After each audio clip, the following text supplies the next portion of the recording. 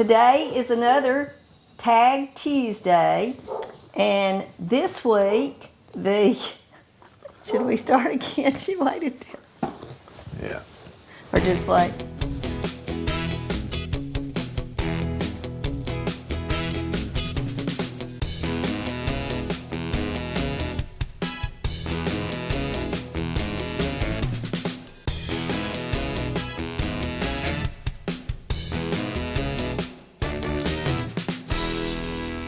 Hello. Once again, I'm Meema, Make Living Healthy, and here's Poppa. Poppa, or some people know him as Reno, right? That's right. Everybody calls me Reno. Well, this is another Tag Tuesday, and this week the questions were submitted by Jimmy, who is Sandy's son, over at Let's Get Fit with Sandy. And we were tagged by Jay from The Average Jay. My first time to be tagged this year. So Poppa is going to read the questions again this week because he did such a great job. And do we want to just get started? Well, Kate's barking. Yeah. She's probably barking at a squirrel or something. But it'll be all right. Yeah, if you hear somebody barking in the background, it's not us, it's our dog right outside. So let's get started. All right, first question. What is a moment in your life that changed you for the better? If ever you want to start, you just go ahead. Well, I guess it would have to be when I met you. That was a change, and then another big change is when we got married. That was a big change in my life, and for the better, for sure. So, I say you. Oh, that's so sweet. Thank you. Mine is probably going to be obvious to most everybody that follows me. I was 9 years old when I became a Christian, and I feel like that changed my life for the better. But then at 41, I made a recommitment to be closer to God, and that really did change my life for the better. I hope it reflected to some of my family members too. That's mine. Okay, question number 2. What is your favorite memory you shared with a friend as a kid? Ooh. You want me to start? Go ahead. Okay. Now, this friend is also my first cousin, but she was my best friend all through grammar school until we got up into high school. And so one of my favorite memories with her was when we got to go out on Halloween, and we would go to her mother's house and start and walk all the way to my mother's house, which was probably a good 2 miles away, maybe even 3 miles. And we'd go to all these houses. We nearly always dressed up as what we called bums. We would just wear some of our daddy's old clothes. And so that was just one of my favorite memories of us trick-or-treating. Well, it says with a friend. So the first thought that came to my mind is I had several friends, and we all played Little League Baseball. So I'm going to say several friends playing Little League Baseball. Oh, that's good. Those were the good old days. I used to get up. We played on Saturday mornings or around lunchtime on Saturday, and I'd get up first thing Saturday morning and put my uniform on, wear my hat. I didn't have a glove. I had to borrow a glove. So those were great memories. What position did you play? Pitcher. Pitcher and shortstop and third base. So That's a good one. there you go. All right, number 3. What is the strangest combo food you like? Strangest combo food. You got one? Yeah, I mean, there's 3 or 4 things that I ate that are sort of strange, but I don't know that anybody else would think of them as being strange. But I did think of something when we were kids, or when I was a kid. My father used to always make us a banana sandwich, and we'd call it the peanut butter banana sandwich with sugar on it. And that used to just almost make some people sick when they thought about sugar on a banana sandwich. But I don't eat that anymore, so I don't know if it counts. But that was the thing I came up with. Yeah. Well, last week I mentioned a food. I don't remember what the question was, but I mentioned a food that was cornbread and pinto beans, and get you a big old glob of mayonnaise and put it on there, and then mix all that up. And so, that's not strange here in the South, but I don't know. It's probably be strange to a lot of people.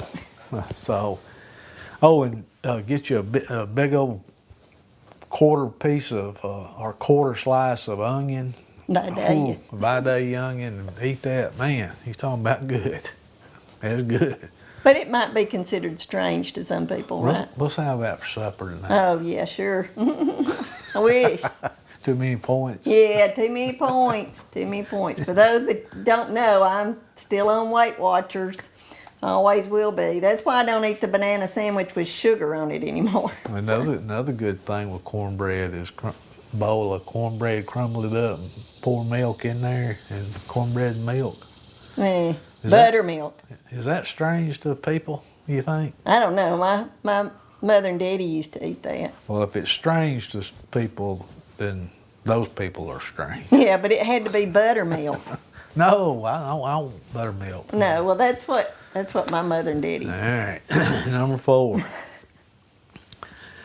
What memory can you think of at any time that makes you smile? I'll start this one. Okay. We were privileged enough back in the year 2000 to be able to go with 14 other people to Israel for 12 days. And we had spent the first few days in the Galilee, around the Sea of Galilee, and our first night in Jerusalem, there were 5 or 6 of us that decided to go walking. And we came up on a McDonald's and all got some kind of ice cream or shake or something. And after we'd been there about 20 minutes, all of a sudden, the preacher that was with us, he came walking up and had the biggest smile on his face. And so Steve said, "Well, preacher, what you all happy about?" And he said, "Well, we sure do like our new room here in Jerusalem." He said, "Mrs. Preacher liked it so much that she decided she was going to take a bubble bath. And while she was in the bubble bath, I decided that I would get in the bubble bath with her. And then we like to have never been able to get out of that bathtub."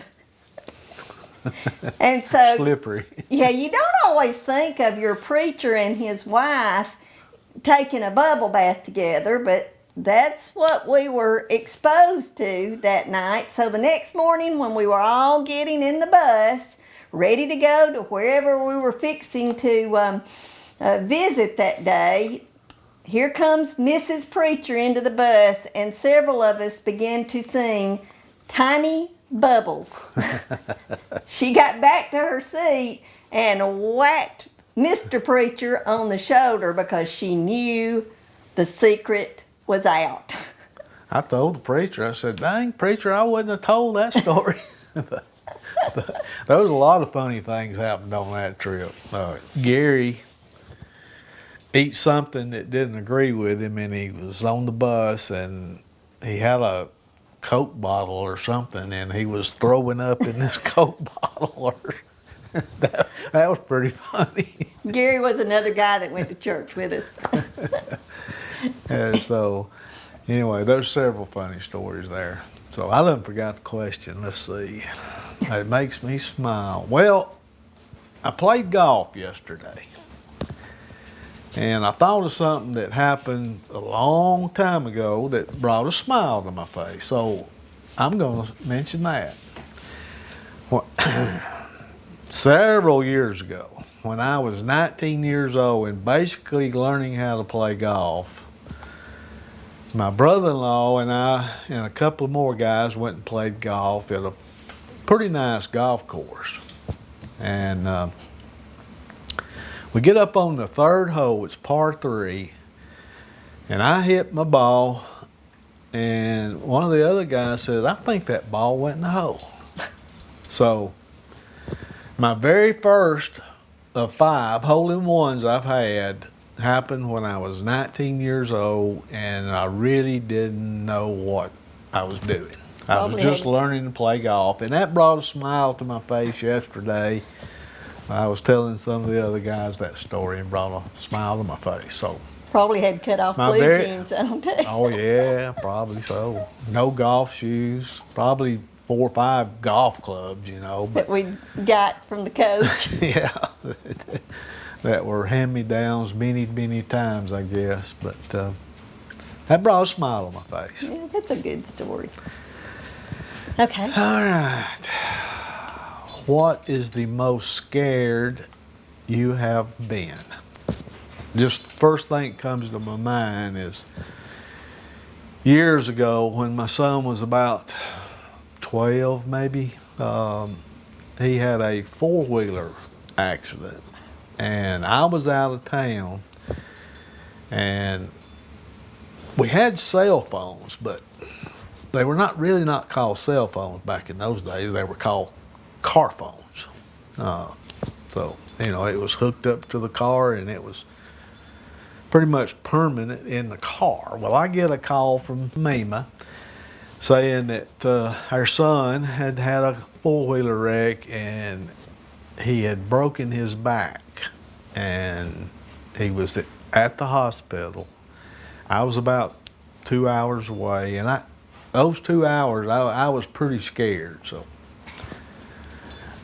I know we mishandled that a little bit. My daughter and I. He had broke a bone in his back, his backbone. Instead of he broke his back, he broke his backbone. So I take responsibility for scaring him to death.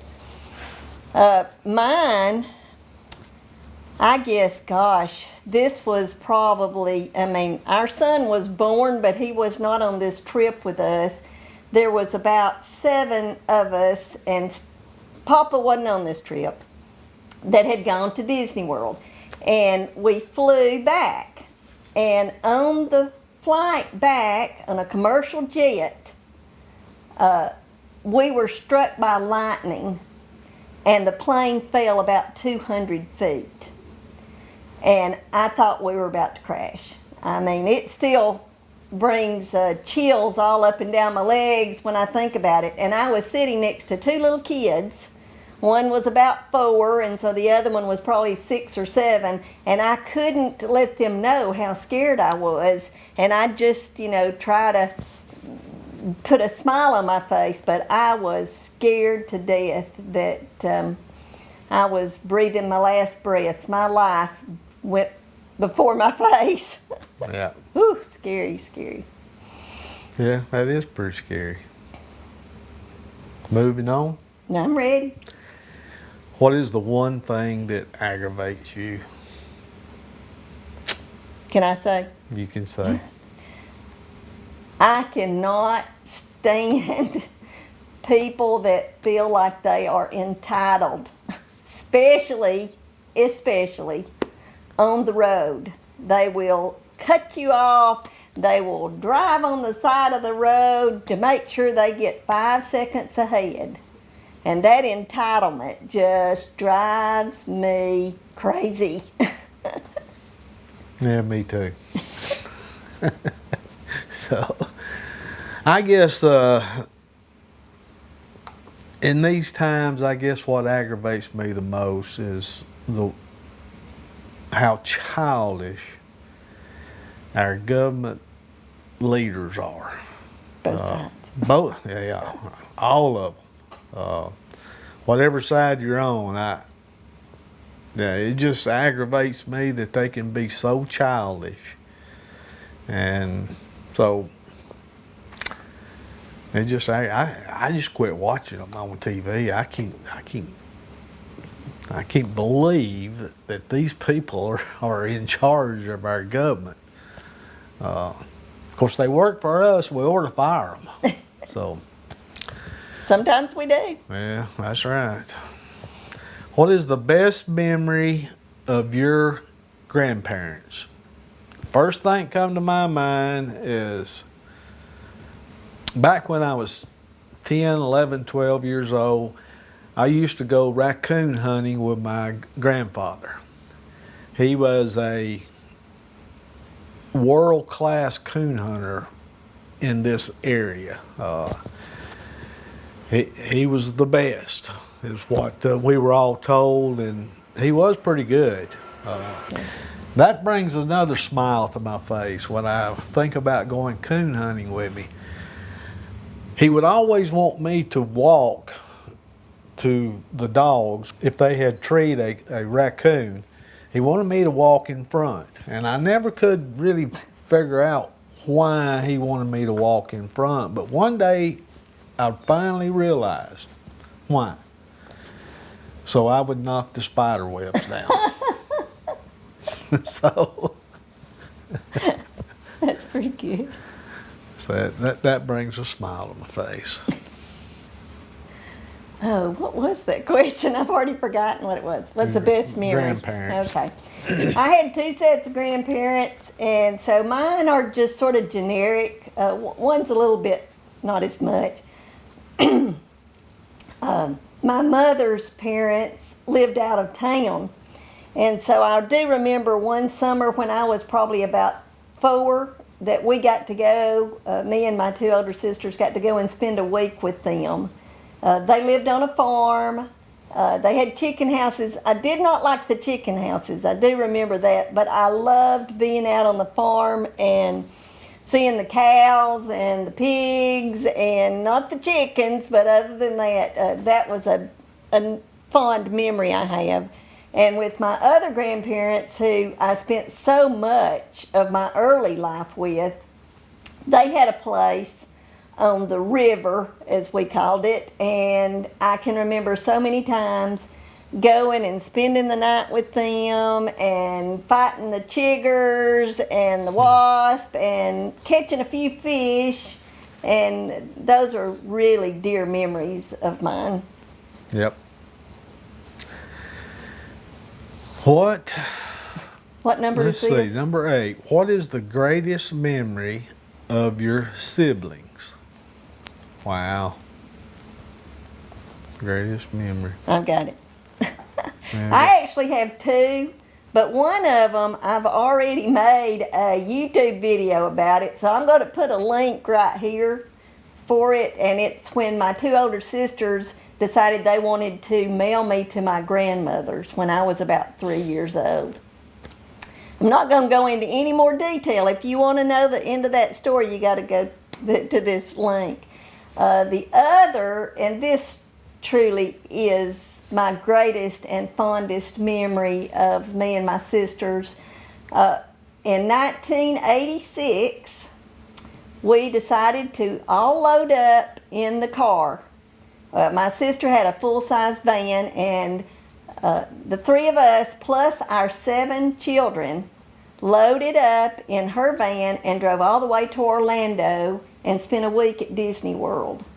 I have so many fond memories of that week, and I believe that's the only time we went on vacation together without our husbands or without extra friends or something like that. And the kids' age range from, my oldest niece was 18 years old. She had just graduated from high school, and then our son, who was the youngest, he was 7.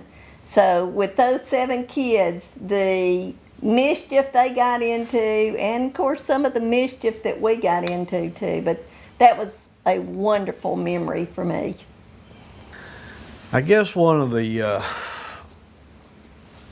greatest memories would be,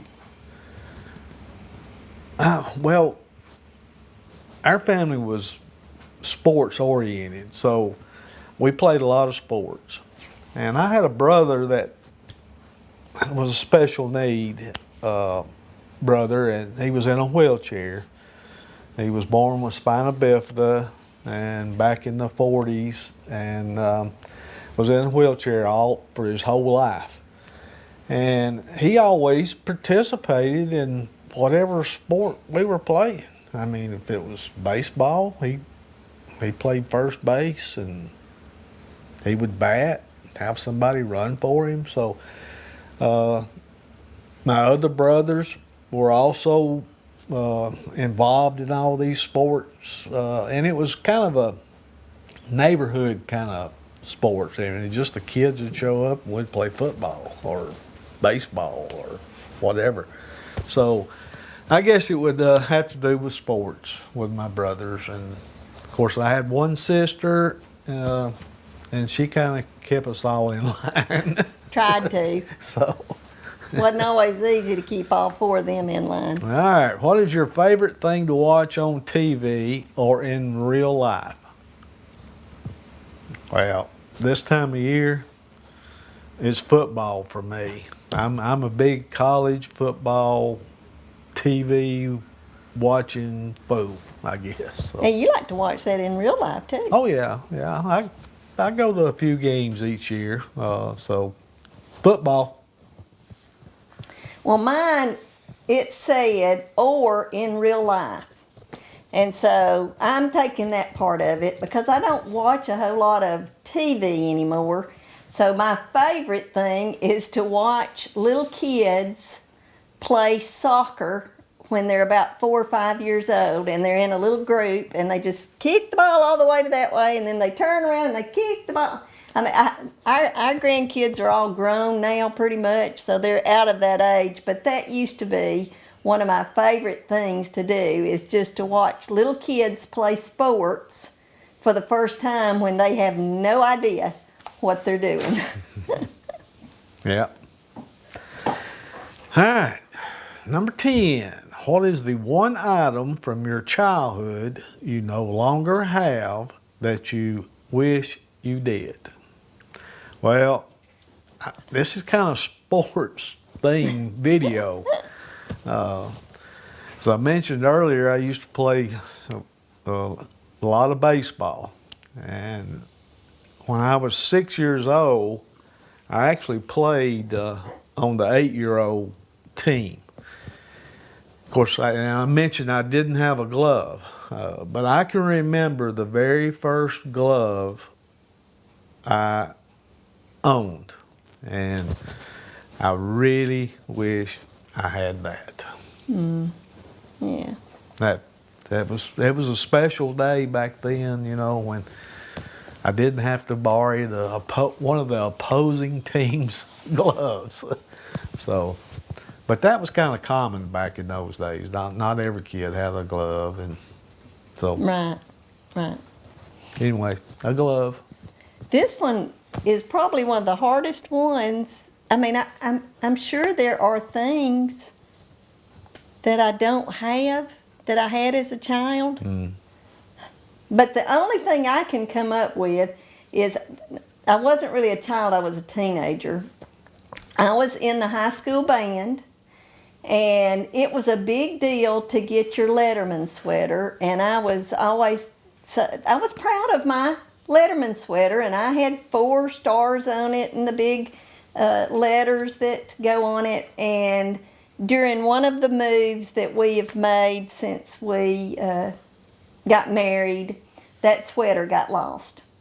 And I wish I still had my Letterman sweater. That may not be a good answer to that, but that's the only thing I could come up with. I think I've got my Letterman's jacket You somewhere. do, but it doesn't have the letter on it. Yeah. It'll be 50 years since I graduated next year. I know. 50 years. Well, that's all the questions for today. If you liked them, leave us a thumbs up comment below. And if you're not already subscribed, please consider subscribing and press the notification bell. And we'll probably see you later. Don't forget Reno Okay. Sharp Life. And Kate wanted to make one appearance before we go off. You got anything to add, Papa?